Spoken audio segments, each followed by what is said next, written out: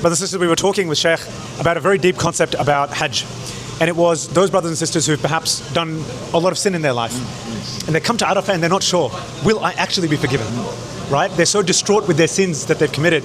And Sheikh was just talking about that idea, and I wanted to really capture it because I think it goes to the essence of Hajj. So Sheikh, share with us what you were saying. It was, I thought, very touching. So the main thing on the day of Arafah and every day pretty much of your life is you always need to recall and understand deeply the generosity of Allah Azza wa Jal. You see, we ask ourselves the question, how many times have we crossed the limit with Allah Azza wa Jal? Sin, transgression, rebellion, wrongdoing, sometimes knowingly, unknowingly.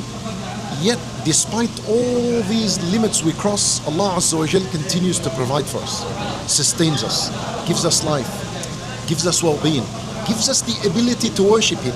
Yani we could have never worshipped Allah on our own accord and power. He gives us the ability. Then He accepts the worship from us, He forgives our sins, and He admits us into the paradise. What kind of generosity this is? Allah Azza wa Jal's message to the worst among us. In Surah Al-Zumar He says, قُلْ يَا عِبَادِيَ الَّذِينَ أَسْرَفُوا عَلَى أَنفُسِهِمْ لَا تَقْنَطُوا مِنْ رَحْمَةِ اللَّهِ. Allah Azza wa Jal, He says, oh my slaves, and He ascribes them to Him. Yani this already is Allah Azza wa Jal's generosity and kindness open for the worst among us. He says, my slaves, those who have transgressed against themselves. Look how He described them. He didn't even say, my righteous believing slaves. He says, my slaves, and He described them with the word of that have transgressed enormously against themselves. Israf. Israf, yani every sin under the sun they have committed. He says, لا تقنطوا من رحمة الله. Do not give up hope in the mercy and forgiveness of Allah Azza wa Jal. Why?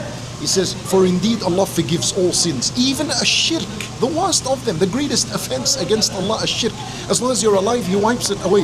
إِنَّهُ هُوَ الْغَفُورُ الرَّحِيمُ. So the idea is, never blame Allah Azza wa Jal for being not kind enough to forgive your sins. Blame yourself for having a wrong understanding, not knowing who your Lord Al-Kareem, Ar-Rahman, Ar-Rahim is. Once we know Allah's generosity and mercy, we're able to take advantage of it. That's what Allah wants from us. And that's why we always used to say to the people, people question.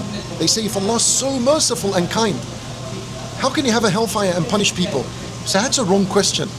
The correct question is, He was that kind and merciful. How did you end up in hellfire? What did you do to end up in there? Honestly wonder that sometimes. Right? I honestly wonder that. Right. What did you do to end up there? Because every single day and night and moment, Arafah, before Arafah, after Arafah, was an opportunity for you to be forgiven and earn Allah's mercy and forgiveness.